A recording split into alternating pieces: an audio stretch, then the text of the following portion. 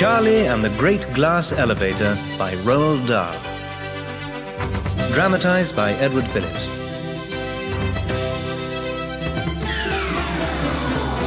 Hello, Willy Wonka here, owner of the largest, the most wonderful, the most fabulous chocolate factory in the world. This is the story of what happened after little Charlie Bucket found the 5th golden ticket, and I promised that I would hand over my factory to him when I retired. We were returning to the factory in the great glass elevator, and Charlie's whole family was with us. Mr. and Mrs. Bucket, his father and mother, Grandpa Joe and Grandma Josephine, Mr. Bucket's father and mother, and Grandpa George and Grandma Georgina, Mrs. Bucket's father and mother. Grandpa Joe had got out of bed for the first time in 20 years. The other 3 old folks had refused to get up, and we had pushed the bed into the glass elevator before taking off.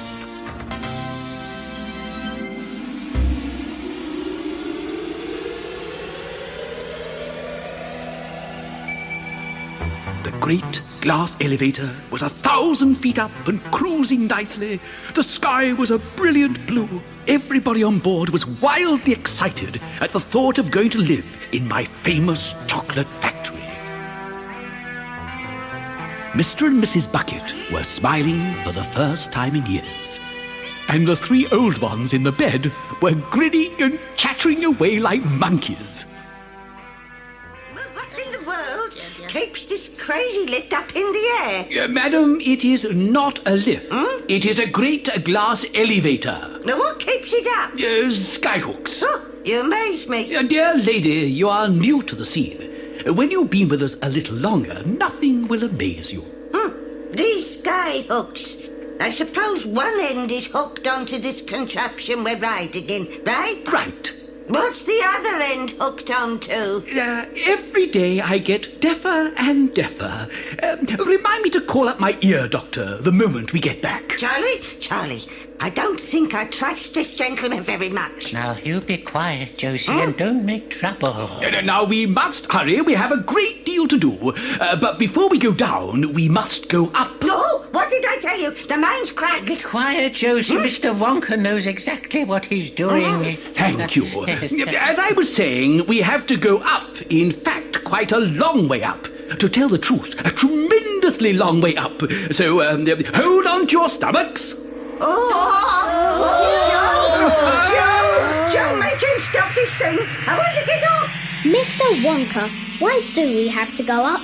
Because the higher we are when we start coming down, the faster we'll be going when we hit.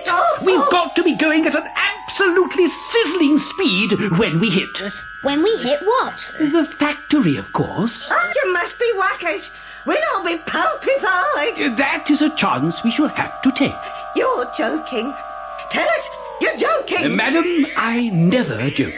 If we don't come down at a terrific speed, we'll never burst our way back in through the roof of the factory. It's not easy to punch a hole in a roof as strong as that.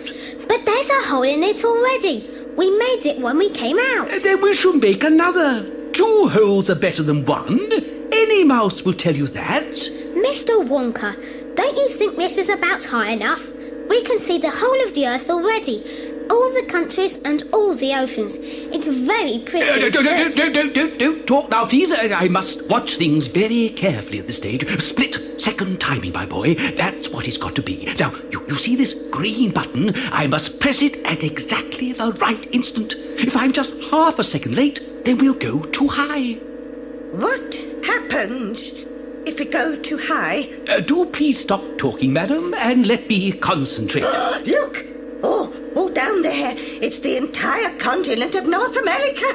We must be at least 200 miles up. Oh, somebody's got to stop this maniac. Will you stop? Will you let go of my coattails? I have things to see to. Don't disturb the pilot. You might mind. Let go. Just down to me.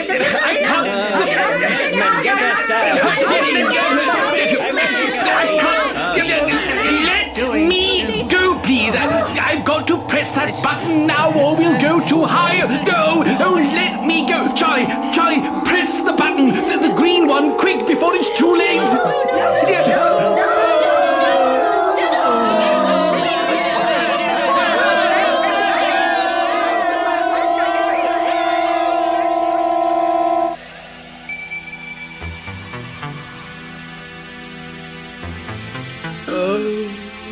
It's too late. Oh, my goodness me, we're cooked. Mr. Wonka, we're floating. We're all floating about like balloons. Even the bed is floating. Did we go too far? That, Charlie, is an understatement. Do you know where we've gone, my friends? Into orbit, that's where we've gone. We are now rushing around the Earth at 17,000 miles an hour. How does that grab you? I'm choking. I can't breathe. Of course you can't. There's no air up here. Just a minute. I'll press the oxygen button. Here we are. We'll be all right now. This is the strangest feeling. I feel just like a bubble. Oh, it's great. It's as though I don't weigh anything at all. You don't. None of us weighs anything. What piffle? I weigh 137 pounds exactly. Not now you don't. You are completely weightless. Grandma, we've got you out of bed at last. Shut up and help us get back. Forget it. You'll never stay down. Just keep floating around and be happy. The Manjaluli. We're all alone in outer space, and he says be happy. Not quite alone, madam. If you look out there, you'll see we've got company. Space capsules. 2 of them. One gigantic one about 1,000 feet long, and a smaller one just below it. And I know what they are. We've landed slap in the middle of the biggest space operation of all time. What? That big one's the New American Space Hotel. And if I'm not very much mistaken, that little transport capsule's just about to link up with it. Attention all hotel staff, this is Commander Shuckworth of the transport capsule. Ladies and gentlemen, we're now preparing for docking with the Space Hotel USA, which you can see about half a mile ahead of us. The USA, the first ever hotel in space, is 1,000 feet long exactly and contains a tennis court, a swimming pool, a children's playroom, and 500 luxury bedrooms, each with a private bath. It is also equipped with a gravity-making machine so that you don't float about inside it. It is orbiting the Earth at a height of 240 miles. When it is open, guests will be taken up by a taxi service blasting off from Cape Kennedy every hour on the hour, Mondays to Fridays. We shall shortly be putting you on board, and then it is up to you all, managers, desk clerks, waitresses, bellboys, and hall porters, to prepare the hotel to receive its first guests. And wait a minute. There's something out there. What in the name of Nebuchadnezzar is that? Houston, come in, Houston. Ground control, Houston. No, what's up, Shuckworth? Houston, there's something crazy going up here. There's a thing orbiting ahead of us, and it's not like any spaceship I've ever seen in my life. It's all made of glass. It's kind of square. It's got lots of people inside it. They're all floating about like fish in a barrel. Keep your shirt on, Shuckworth. How many astronauts on board? They can't possibly be astronauts. Why not? Because at least 3 of them are wearing night shirts. Night shirts, Shuckworth? Pull yourself together. It's true, I tell you. There are 3 of them. 3 of them in night shirts. 2 old women and 1 old man. I can see them clearly. I can even see their faces. They're about 90 years old. Shuckworth, you're fired. And there's a funny little guy with a pointed beard wearing a black top hat and a plum-colored velvet tailcoat and bottle green trousers. And there's a little kid about 10 years old. A kid? Shuckworth, you idiot, that's an astronaut in disguise. He's a midget astronaut dressed up as a little boy. Those old people are astronauts too, don't you understand? They're all in disguise. They're gonna blow up the space hotel. Now, listen, Shuckworth. All right, I'll take charge of this. Are you there, Shuckworth? Of course I'm here. How dare you butt in? Who the heck are you anyway, huh? This is the President of the United States. Oh, yeah? Well, this is the Wizard of Oz. Cut the piffle, Shuckworth. This is President Gilligrass speaking. Good grief. Hello there, Mr. President, sir. How are you today, huh? Shuckworth, how many people are there in that glass capsule? Oh, just the 8, sir. All floating. Floating? We're outside the pull of gravity up here, Mr. President, sir. Everything floats. We'd be floating ourselves if we weren't strapped down. I know that, you idiot. What else can you tell me about that capsule? There's a bed in it, sir. What? A big double bed, sir. And that's floating, too. You must be loopy, Shuckworth. You're dotty as a donut. That's not a bed, you driveling thickwit. Can't you understand? It's a trick. That's a bomb, Shuckworth. A bomb. It's a bomb disguised as a bed. They're gonna blow up our magnificent space hotel. But who are they, Mr. President, sir? Don't talk so much and let me think. Don't you have a television camera up there on the front of your spacecraft? Sure do, Mr. President. Then switch it on, you nitwit, and let all of us down here get a look at them. Gee, never thought of that. No wonder you're the president, Mr. President, sir. Here goes. Holy Moses, he's right. Ain't astronauts so tough they don't even bother to wear spacesuits? Hello, Space Control, Houston. Receiving you loud and clear, Mr. President. Never mind all that. Can you make radio contact with that alien spaceship? We can broadcast them, sir, but I don't know if they can receive our signals. And you never will know unless you try, will you? Try and get through it once and find out who those people are. And keep this line open so I can hear what they say. Will do, Mr. President. Mr. Wonka, do you think that capsule is going to link up with the space hotel? I'm sure of it, Charlie. It's an historic occasion. I expect it's being televised all over the world. I wish we could hear what they're saying. But we can, my dear boy, we can. The great glass elevator is fully equipped. We can easily tune into their wavelength. Why, we could even speak to them if we wanted to. Now, let me see. If I just press this button here and turn this knob over here, there, that should do it. Attention, the 8 foreign astronauts. This is Space Control in Houston, Texas, USA. You are ordered to identify yourselves immediately. Speak now. Shh! Don't say a word. Who are you? I repeat, who are you? If you do not reply, we shall be forced to regard you as dangerous enemies. We shall then take the necessary steps to blow you to smithereens, and don't think we can't do it. This is your last chance. You have 15 seconds to speak. 1, 2, Mr. Wonka, we must do something quickly. 5, 6, 7, 8, 9. All right, Charlie. Leave this to me. Fimbo fees, bungo bunny, daffo dunny, you be loony. Kirosuki balibuki, we be wise and you be cookie. Popokuta, borumuka, very risky you provoker. Catty moons on Tars. Fan Fisher, we for Mars. Holy mackerel, what kind of gibberish is that? Sheila, Yes, Mr. President. send in my chief interpreter. Yes, Mr. President.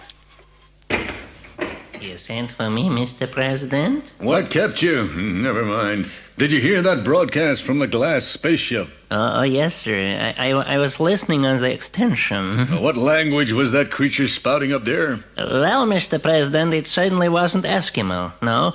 And it wasn't Hindustani either, no. No, it wasn't Aztec, Swahili, Lithuanian. Don't stand there telling me what it wasn't, you nincompoop. Tell me what it was. Oh, well, I'm afraid it's a language I've never heard before, sir. What? I thought you knew every language in the world. Well, I do, Mr. President. How can you possibly know every language in the world when you don't know this one? Because, Mr. President, it's not a language of this world, sir. Poppycock. I even understood some of it myself. Well, these people have obviously tried to learn just a few of our easier words, but the rest of it is certainly not an Earth language. Holy catfish, you mean to tell me these people come from outer space? Precisely, Mr. President. Like where, for instance? Well, I don't know if you noticed, but they did mention the word Mars. You don't mean they're Martians? I think it's quite possible. This is a catastrophe. It's worse than that. It's very serious. We must blow them up at once. Well, that would take care of the situation, sir, except for one thing. If we blow them up, Mars will probably declare war on us. My gosh, you're right. We'd be truculated like turkeys. We've got to treat these fellows with kid gloves. We've got to be polite to them. Butter them up. Make them happy. The last thing we want is to be invaded by men from Mars. Think what it would do to the defense budget. I'll talk to them myself. That's what I'll do in person. It's awfully quiet, Mr. Wonka. Do you think they got your message? We'll know soon enough, Charlie. In the meantime... Attention, astronauts. The President of the United States will now address you. My dear friends, welcome. Greetings to the brave astronauts from Mars. Mr. Wonka, he thinks we're from Mars. Shh, listen. You have come a long way, so why don't you come just a tiny bit further and pay us a visit down here on our humble little Earth, huh? I invite all 8 of you to stay with me here in Washington as my honored guests. You could land that wonderful glass spaceship of yours on the lawn and back of the White House. I do hope you know enough of our language to understand me. I shall wait most anxiously for your reply. What a fantastic thing. The White House, Charlie. Oh, we're invited to the White House as guests of the President. They're scared to death. They won't bother us anymore. And now we can think about getting home. Oh, but aren't we going to the White House? I want to go to the White House and stay with the President. My dear old Dotty Dumpling, you look as much like a man from Mars as a bedbug. They'd know at once they'd been fooled. We'd be arrested before we could say howdy-do. But we've got to say something to the President. He must be sitting down there in the White House this very minute waiting for an answer. You're right, Charlie. It's rude to ignore an invitation. I'll make some excuse.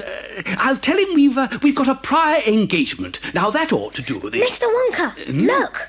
Look at the Space Hotel. There are things coming out of it. Thousands of them.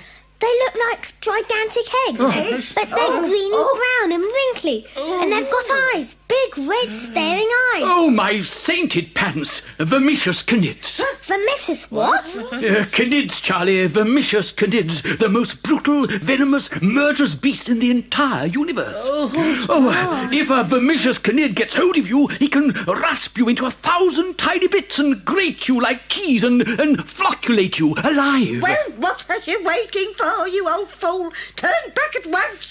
Dear lady, this isn't a car on the motorway. We are in orbit. You can't stop just like that. First of all, there's the question of... I don't care about all that. Put the brakes on. My dear lady, allow me to point out to you that the great glass elevator is completely shockproof, waterproof, bomb-proof, bulletproof, and Knid-proof. You have nothing to fear. Mr. Wonka, the Knids are pouring out from the Space Hotel and swarming like wasps towards the transport capsule. There are thousands of them, and they're going to attack the capsule. They're coming in reverse, with their pointed rear ends, in front. Get us out of here! Oh, you madman! What are you waiting for? They'll be coming after us next. Oh, for heaven's sake, man, do something. I've already told you we are perfectly safe in here. But I doubt very much if that capsule is Knid-proof. Mr. Wonka, we've got to do something. We've got to help them. We've simply got to. Do you think the men from Mars have accepted my invitation, Chief Interpreter? I'm sure of it, sir. It was a brilliant speech. Yes, wasn't it? Yes, they're probably on their way down here right now. What on earth are we going to give them for lunch? What do men from Mars eat? Mars bars? If that was a joke, it was in extremely bad taste. We've no time for... Mr. President, Commander Shuckworth here. They're coming at us in droves. Who's coming at you in droves? Pull yourself together, man. Remember, you're an American. Oh, sorry, Mr. President, sir. I don't know what they are, sir, but they're coming out of the Space Hotel. Thousands of them, dirty, great, greenish-brown brutes with red eyes. They're shaped like enormous eggs, and they're coming at us backwards. Did you say backwards? Yes, sir. Backwards. Look out! Here they come! We won't be able to stand this for very long, Mr. President, sir. There are 1,000 of these things. We're going to break up any minute. Well, fire your rockets, you idiot, and make a re-entry. Come back to Earth immediately. That's impossible, sir. They busted our rockets. They smashed them to smithereens. We're cooked, Mr. President, sir. We're done for. We can't make a re-entry without rockets, sir. Any moment now, we're going to lose contact with you. There's another lot coming at us from the left. They're aiming straight for our radio aerial. Here they come. I don't think we'll be able to... Shuckworth! Where are you, Shuckworth? Don't play games with me. Shuckworth! If you don't answer me immediately... Mr. Wonka, surely their only hope is to make a re-entry and dive back to Earth. Yes, but to do that, they've got to kick themselves out of orbit. And to do that, they need rockets. But they haven't got any rockets, not anymore. The Knids have smashed them up. Why can't we tow them down? Charlie, you've got it. That's it. We'll tow them out of orbit. Do the buttons quickly. What do we tow them with? Our neckties? Don't worry about little things like that. My great glass elevator is ready for anything. In we go. Into the breach, dear friends. Into the breach. Stop him! You be quiet, Josie. Someone over there needs a helping hand. We're going to give it. Grandpa Joe, sir, kindly jet yourself over to the far corner of the elevator there and turn that red handle. It lowers the rope. But surely the Knids will bite through a rope in 2 seconds, Mr. Wonka. It's a steel rope. It's made of re-scorched steel. If they try to bite through that, their teeth will splinter like spillikins. Good. Right, to your buttons, Charlie. You've got to help me maneuver. Now, we're going right over the top of the space capsule, and then we'll try to hook onto somewhere and get a firm hold. Starboard a bit, Charlie. Right on top of her now. Forward a couple of yards, Mr. Wonka. Trying to get the rope hooked around that stumpy thing sticking out in front. There. Hold it. I've got it. Go forward a little now and see if it holds. More. That's it. Full speed ahead. She's holding fine. Well done, sir. All boosters firing. Here we go. It's funny, isn't it? There was I fooling around with the president and pretending we were creatures from some other planet. And by golly, there really were creatures from another planet on board. These Vernicious Knids are the terror of the universe. They travel through space in great swarms, landing on stars and planets and destroying everything they find. But why haven't they come down to Earth and destroyed us? They've tried to, Charlie, many times, but they've never made it. You see, all around our Earth there is a vast envelope of air and gas, and anything hitting that at high speed gets red hot. Now, space capsules are made of a special heat-proof metal, and when they make a re-entry, their speeds are reduced right down to about 2,000 miles an hour by retro-rockets. Knids, which are not heat-proof at all and don't have any retro-rockets, get sizzled up completely. Have you ever seen a shooting star? Lots of them. Well, they're not shooting stars at all. They're shooting Knids.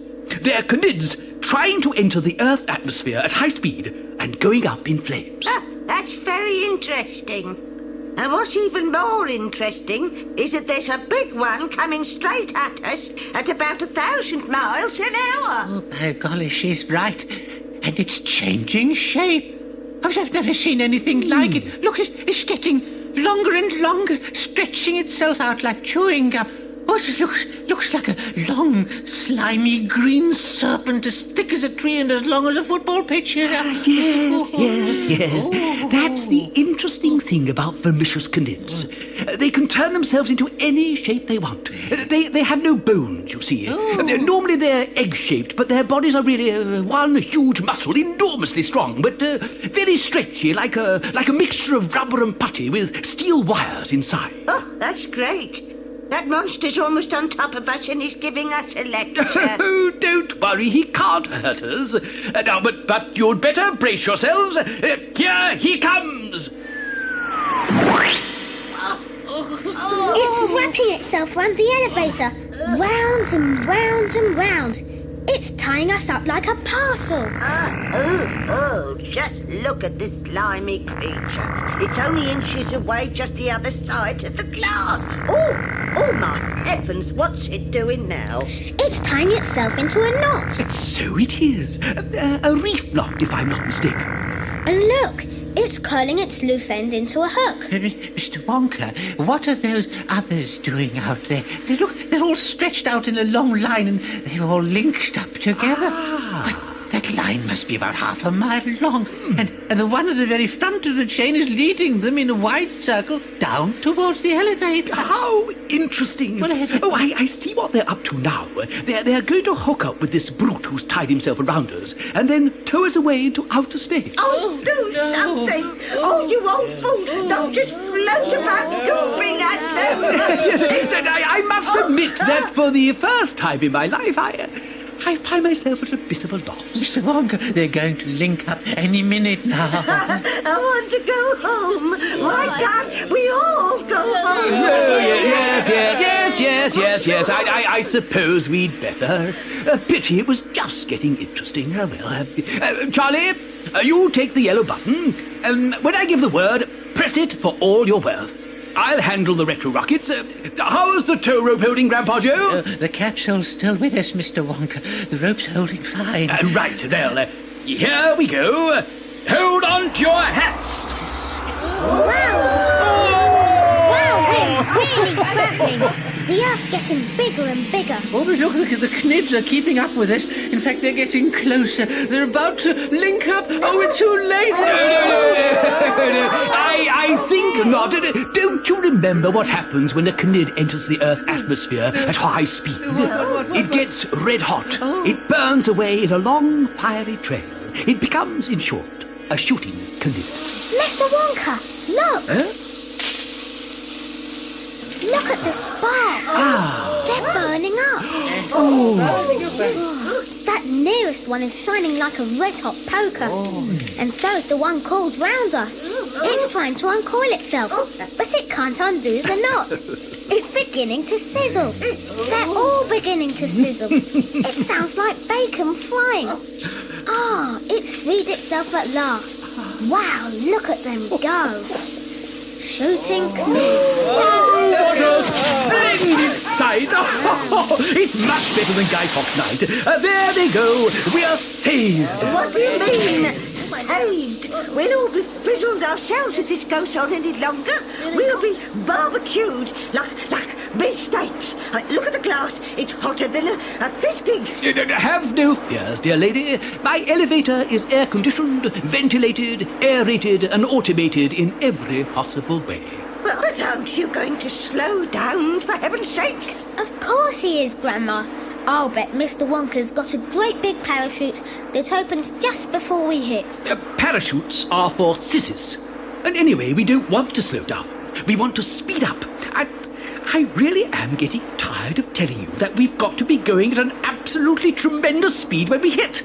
Otherwise, we'll never punch our way in through the roof of the chocolate factory. How about the transport capsule? We'll be letting them go in a few seconds. They do have parachutes to slow them down on the last bit. How do you know we won't land in the Pacific Ocean? I don't, but we all know how to swim, don't we? This man is crazy as a crumpet. Grandpa Joe, sir, throw out the rope. They'll be all right now as long as their parachute is working. Rope's gone. Oh, there they go. Now we shan't be long. Keep very quiet, please, for this final bit. I have to concentrate awfully hard. Otherwise, we'll come down in the wrong place. Now, as soon as we come down out of this thick cloud bank, I shall... There it is. My chocolate factory. And here we go. Hold your breath, hold your nose, fasten your seatbelts, and say your prayers. We're going through the roof.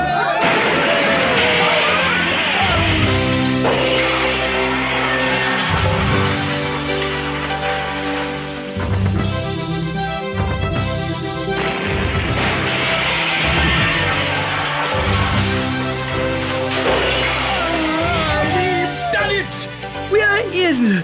What a magnificent job. Where in the world are we now? We're back, Mother. We're in the chocolate factory. Well, I'm very glad to hear it.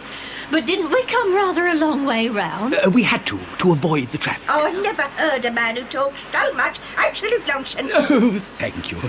And now, you old folks, up you hop out of that bed and let's get cracking. I'm sure you'll all want to lend a hand in running the factory. Who? Us? Yes, you. You must be joking. I never joke. Now, just you listen to me, sir. You've got us into quite enough troubles and troubles for one day. And I've got you out of them, too. And I'm going to get you out of that bed as well, if it's the last thing I do. I haven't been out of this bed in 20 years, and I'm not getting out now for anybody. No, me. You were out of it just now, every one of you. Aha, that was floating. Yes. We couldn't help it. No, we never put our feet on the floor. Never. Try it. You might surprise yourself. Go on, Josie, give it a try. I did, it was easy. We're perfectly comfortable where we are, thank you very much. Well, that's that then. I wonder if, as this is a very special case, I suppose I could spare you just a tiny little bit of, A tiny little bit of what? No, it's pointless. You seem to have decided to stay in that bed, whatever happens, and anyway, the stuff is much too precious to waste. I'm sorry I mentioned it. You can't begin something and not go on with it like that. No. What is this thing you're talking about? Get on with it, for heaven's sake. Very well, I'll tell you. And listen carefully, because this could change your whole life. I don't want to be changed. May I go on, madam? Thank you. Not long ago, I was fooling about in my inventing room, stirring stuff around and mixing things up in the way I do every afternoon at 4 o'clock, when suddenly I found I had made something that seemed very unusual. It kept changing colour as I looked at it, and now and again it gave a little jump. It actually jumped up in the air, as though it were alive. I rushed it quickly to the testing room and gave some to the Oompa Loompa who was on duty there at the time. He was a bald, wrinkled, toothless old fellow in a wheelchair. He'd been in that wheelchair for at least 15 years. I gave him the pill. He gulped it down, and suddenly the most amazing thing happened. Queer little changes began taking place in the way he looked. A moment earlier, he'd been practically bald, but now the fringe of white hair round his head was turning gold. And all over the top of his head, new golden hair was beginning to sprout like grass. At the same time, many of the wrinkles started disappearing from his face. Not all of them, but enough to make him look a good deal younger. He started grinning at me, and as soon as he opened his mouth, I saw the strangest sight of all. Teeth were growing up from those old toothless gums, good white teeth, and they were coming up so fast I could actually see them getting bigger and bigger. Slowly, he lifted himself out of his wheelchair. He stood up. He walked a few paces. Then he looked up at me. His eyes were huge and bright as 2 stars. "It's a miracle," he said. "It's Wonka Vite," I replied, "the great rejuvenator. It makes you young again. How old do you feel now?" "I feel exactly as I felt when I was 50 years old," he said. "How old were you just now, before you took the Wonka Bite?" I asked him. 70, he answered. "That means," I said, "it has made you 20 years younger." And thus was Wonka Bite invented. And here it is, the most valuable bottle of pills in the world. Let me see. Wonka Bite. Each pill will make you younger by exactly 20 years. Caution. Do not take more than the amount recommended by Mr. Wonka. They're wriggling. How do we know that they won't go on wriggling inside us after we've swallowed them? Take my word for it. When taken according to my instructions, they are as safe as sugar candy. And they are very quick. You lose a year a second. Exactly 1 year falls away from you every second that goes by. So, there you are, my dears. Help yourselves. There's 12 pills in this bottle. That's 6 for me and 3 each for you. Hey, that's not fair. It's 4 for each of us. 4 each is right. Come on, Georgina. hand over my share. I got them first, so they're mine to share out. Oh, no, they're not. He didn't give them to you. He gave them to all three of us. I want my share, and no one's going to stop me getting it. Come on, hand them over. Stop this at once, all three of you. Oh, well- You're behaving like savages. Savages. 4 is too many for one person anyway. You heard what Mr. Wonka said. All right. I'll share them out. Here you are. You're 4 for you, For you, Josephine. Thank you. 4 for you, George. For you, and George. 4 for me. Madam, if you remember, I did point out that one pill... You keep out of it. Now, who's got some water? Here's a jug and some glasses, Grandma. Yeah. I'll pour it out for you. Thank you. May I take this opportunity to point out, madam, once again, that each pill will reduce your age by 20 years. No, do And, stop going on about it, dear boy. Now then, are we ready? Yes. All together now. Down the hatch. Wow, just look at that. That's fantastic. It's incredible. I can't believe it. They're getting younger and younger. Oh, they really are. Just look at Grandpa George's hair. And his teeth. Hey, Grandpa, you're getting lovely white teeth all over again. What's it feel like, Josie? Tell us what it feels like to be 60 again. Or is it 55? They're losing a year a second, Yeah. just like Mr. Wonka said. My wife's only 40 years old now. 35, Grandpa. 30, Slow down, Josie, slow down. 25. No, Josie, I should stop there if I were you. You can't be a day more than 20 now. Oh, dearie me, here we go again. People never listen, do they? Mother, why don't you stop? You're going too far. You can't be more than 15. You're getting smaller and smaller. 10, 9, 8, 7. Josie, you're shrinking. You're a little girl. Stop her, somebody, stop her. They're all going too far. They took too much. Mother's shrinking faster than any of them. They've hardly got any more years left. 2, 1. Oh. Oh, what's happening to Mother? She's disappeared. Oh, where's she gone? Oh, Mr. Wonka, my old mother's vanished. Look at Josephine.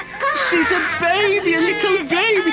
I've got a little baby for a wife. And that other baby's my wife's father. Ladies and gentlemen, please, ladies and gentlemen, I beg you, do not ruffle yourselves. There's nothing to worry about. You call it nothing when my old mother's gone down the drain and my father's a howling baby. Why can't people be more sensible? Why don't they listen to me when I tell them something? I explained very carefully beforehand that each pill makes you exactly 20 years younger. So if Grandma Josephine took 4 of them, she automatically became younger by 80 years. How old, sir, was your wife, if I may ask, before this happened? She was 80 last birthday. 80 and 3 months. There you are, then. The Wonkavite worked perfectly. She is now precisely 3 months old, and a plumper, rosier infant I have never set eyes on. Madam, how old was Grandpa George, your father? He was 81 exactly. Which makes him a great big bouncing 1-year-old boy. You'll be the first person in the world to change her father's nappies. He could change his own rotten nappies. What I want to know is where's my mother? Where's Grandma Georgina? How old, please, was the lady in question? 78. Well, of course, that explains it. What explains what? My dear madam, if she was only 78 when she took enough Wonkavite to make her 80 years younger, then naturally she's vanished. What? She's bitten off more than she can chew. She's taken off more years than she had. Oh, I still don't understand. Simple arithmetic. Subtract 80 from 78 and what do you get? -2. Give that boy a gold star. Absolutely right, Charlie. -2. And if she is now -2, she's got to add 2 years before she can start again from 0. She's got to wait it out. Wait it out? Where, for heaven's sake? In the waiting room, of course. That's where she'll have to stay for the next 2 years. Unless, of course, we go and fetch her. Charlie, my boy, it's up to you. It's your factory now.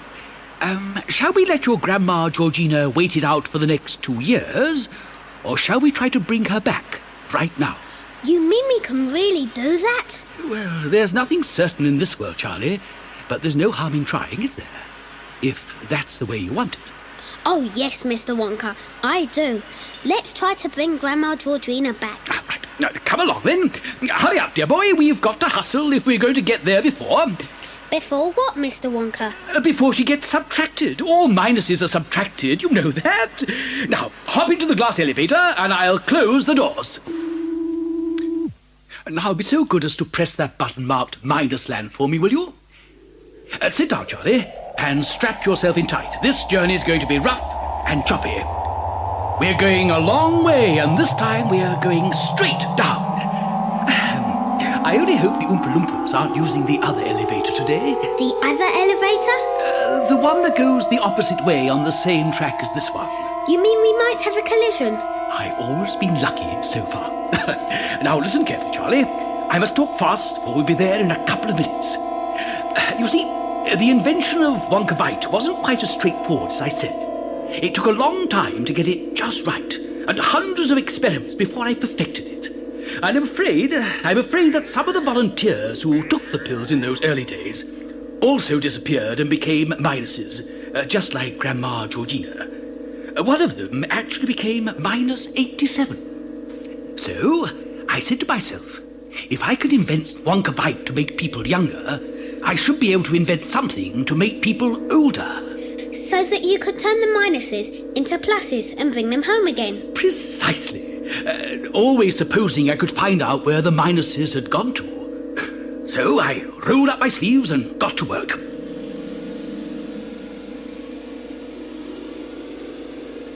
I had to create age instead of youth. The solution came to me in a flash.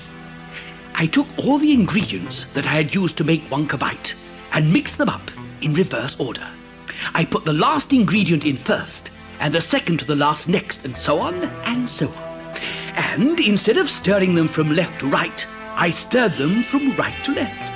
And of course, but there's no time to tell you all about it now, Charlie. We are nearly there. Let me just say quickly that in the end, after lots of boiling and bubbling and mixing and testing, I produced one tiny cupful of oily black liquid and gave 4 drops of it to a brave 20-year-old volunteer. The moment he swallowed it, he began wrinkling and shriveling up all over. His hair started dropping off, and his teeth started falling out, and before I knew it, he had suddenly become an old fellow of 75. And thus, my dear Charlie, was Vita Wonk born. Did you rescue all the minuses? Well, every single one of them. 131 all told. Good heavens, we're nearly there. I must stop talking now and watch where we're going. We must get ready for action. Now, unstrap yourself and stand well away from the doors. And whatever you do, don't fall out.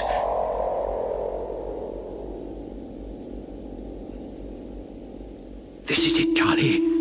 Minus land. The problem now is to find Grandma Georgina. We may be lucky, and then again, we may not.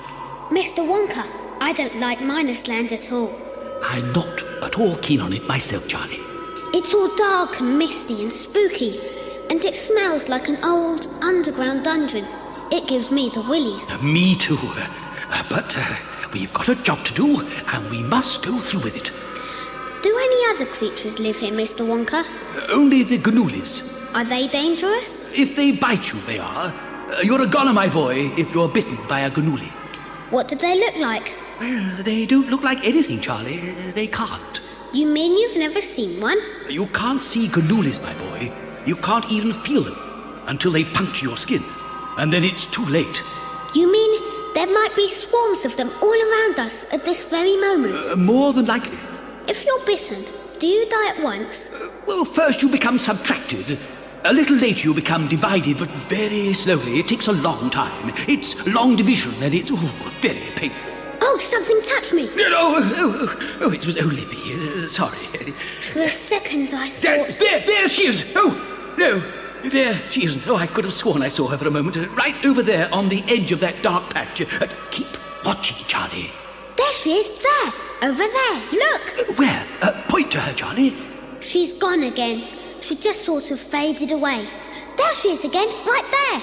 That's her, all right. Now, hold on. I'm moving up close. Mr. Wonka, she's so faint. I can see her through the mist, but I can see the mist through her as well. She's transparent. She's hardly there at all. I can see her face and just the faintest outline of her body, in a sort of gown. She's floating lying down. She's a minus, Charlie. Surely you know what a minus sign looks like. It's horizontal. We're quite close now. She's no more than a yard away. Stand clear. What's that, Mr. Wonka? A spray gun, Charlie. Now, stand well away. Here we go. She's disappeared. A bullseye! Got her with both barrels. I plussed her good and proper. Oh, that's Vita Wonk for you. But where's she gone? Back home, of course, to the factory. She's a minus no longer, my boy. She's 100% red-blooded plus. Come along now. Let's get out of here quickly before the Ganoolies find us.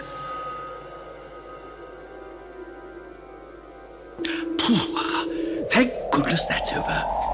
Oh, it's such a pity one has to use a clumsy old thing like this spray gun, but there's simply no other way of doing it. Ideally, of course, one should measure out exactly the right number of drops into a teaspoon and feed it carefully into the mouth, but it's impossible to feed anything into a minus. It's like trying to feed one's own shadow. That's why I had to use the spray gun. It worked fine, though, didn't it? It worked all right, Charlie. It worked beautifully. All I'm saying is that there's bound to be a slight overdose. If it only takes 4 drops of Vita Wonk to turn a young Oompa Loompa into an old man... You mean Grandma may have got too much? I'm afraid that's putting it rather mildly. She got gallons of it. Gallons and gallons. Now, hold on tight. We're on our home stretch.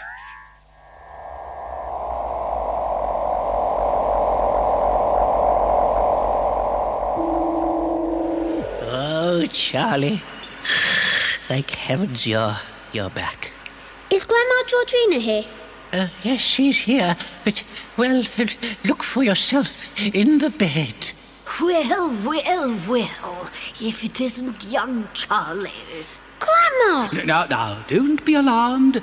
She's bound to be just a teeny bit overplussed. I did warn you. What have you done to her? My poor old mother. She's so old. She looks like an ancient fossil.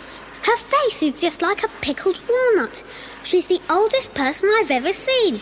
My dear lady, welcome home. And how are you feeling on this bright and glorious day? Oh, not too bad at all, considering my age. Good for you. Now, all we've got to do is to find out exactly how old you are. Then we should be able to take further steps. You're taking no further steps around here. You've done enough damage already. My dear old muddle-headed mugwump, have you forgotten Wonka Vite and how every tablet makes you 20 years younger? We shall bring her back in no time. We shall transform her into a blossoming, blushing maiden in the twink of an eye. This time, I myself will supervise the giving of the medicine. I shall personally see to it that she gets the correct dosage.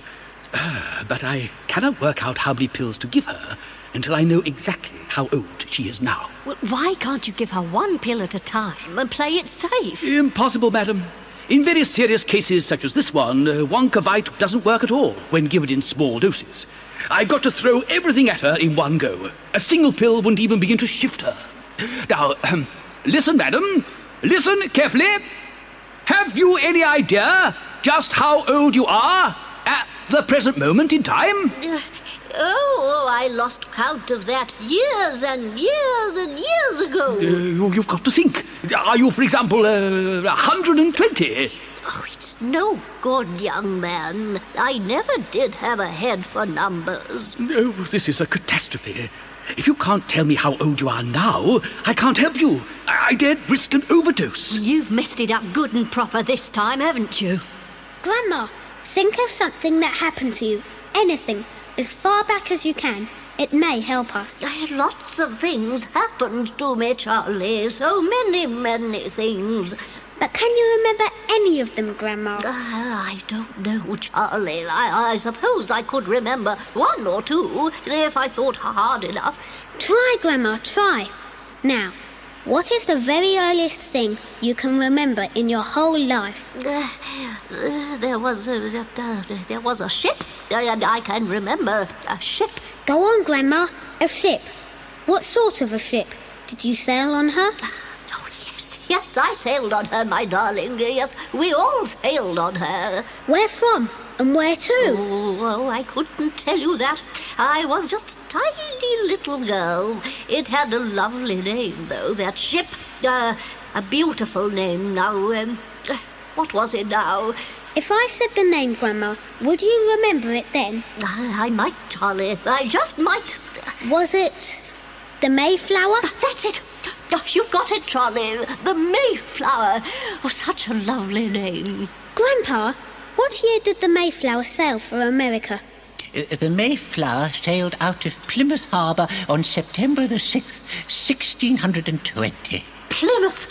That rings a bell, too. Yes, I'm almost sure we sailed from Plymouth. 1620. Oh, my heavens above. That was 352 years ago. Jumping jackrabbits, she's 352 years old. She's more. How old did you say you were, Grandma, when you sailed on the Mayflower? I was just a little bitty girl, probably no more than 6. Yes, that's right, I was 6 years old. Then she's 358. That's fighter one for you. I told you it was powerful stuff. 358. Oh, my poor old mother. Patience, my dear lady. Now comes the interesting part. Now, where did I put the Wonkavite? Here we are. Now then, how young does she want to be? 78. Exactly where she was before all this nonsense started. Right. Now, I've got to do a few sums. Let me see. Present age of person, 358. Age she wants to be, 78. Number of years younger she must be, 280. Each pill of Wonkavite makes you 20 years younger. 20 into 280 goes... exactly 14. 14 pills of Wonkavite precisely. Now, where's the water? Quick. Now, 14 pills into the water. And away we go. Now, drink it up quickly while it's still fizzing. All in one gulp. It's a year a second, remember? She's got 280 years to lose. That'll take her 4 minutes and 40 seconds. But with such a massive dose all going down at once, it'll probably speed up as it goes along. There she goes. Watch the centuries fall away. 30 seconds gone. She's 30 years younger. She looks just the same to me. Of course she does. What's a mere 30 years when you're over 300 years to start with? Are you all right, Mother? 1 minute gone. She's 60 years younger and speeding up. She's changing. Some of her wrinkles are disappearing. Mother! Oh, speak to me, Mother, please. Did you hear the news? Admiral Nelson has beaten the French at Trafalgar. She's going round the bend. Not at all. She's going through the 19th century. I told you she was speeding up.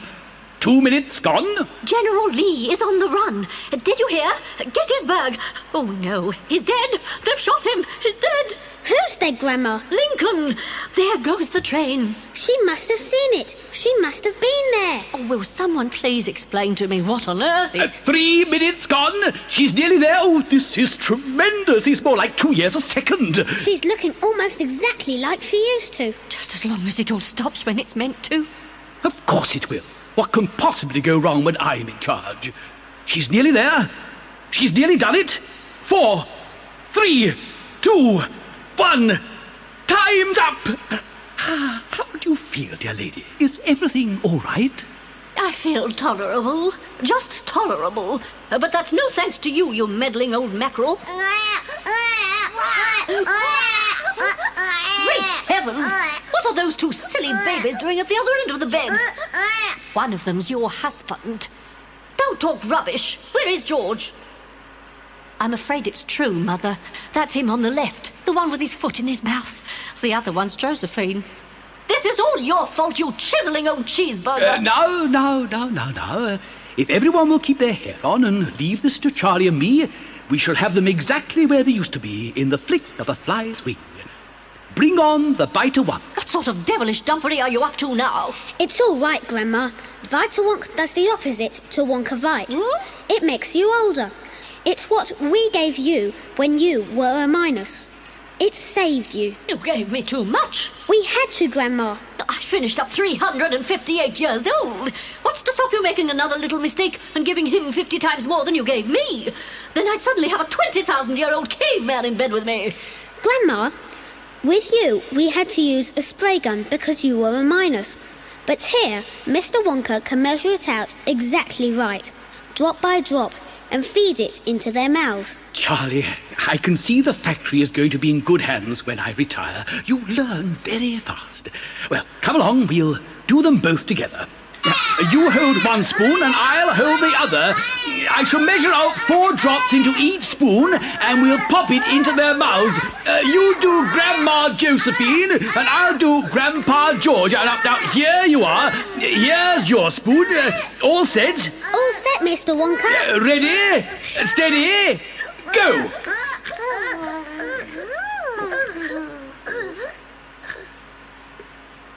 Hello, my darling. Where have you come from? Josie, how marvellous you're back. I didn't know I'd been away. George, you were better looking as a baby, but I'm glad you've grown up again. Now you won't wet the bed anymore. Now, come along, you three. Out of that bed, you're going to lend Charlie a hand in running the factory. Oh, us? You must be crazy. I'm staying right here in this nice, comfortable bed. Yes, me too. Here we go again. Now, just look here, both of you. Hello? Yes, this is he. What?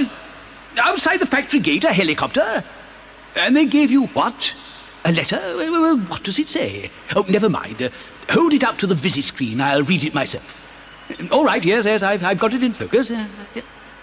Great whistling white noodles. Listen to this, all of you. The White House, Washington, D.C. To Mr. Willy Wonka. Sir, today the whole world is rejoicing at the safe return of our transport capsule from space, with 136 souls on board. Had it not been for the help they received from an unknown spaceship, they would never have come back. Our radar stations, by tracking this spaceship on its return to Earth, have discovered that it landed in a place known as Wonka's Chocolate Factory. That, sir, is why this letter is being delivered to you. I wish now to show you the gratitude of the nation by inviting all 8 of you to come and stay in the White House for a few days as my honored guests. I am arranging a special celebration party this evening, at which I myself will pin medals for bravery upon you all. A helicopter awaits you outside the factory gates. I beg to remain, sir, sincerely yours, Lancelot R. Gilligrass, President of the United States. What an adventure! Oh, Charlie, this is the most wonderful thing that could ever have happened. So please, Charlie, this is really quite wonderful. Mr. Wonka, sir, they're up. They're out of bed at last. So I see, Charlie, so I see. But I don't think they've noticed yet. Mr. Wonka, what a day this has been. Oh, it certainly has. What adventures. Yes, Charlie, what adventures. And it isn't over yet, my boy. Not for you. It hasn't even begun.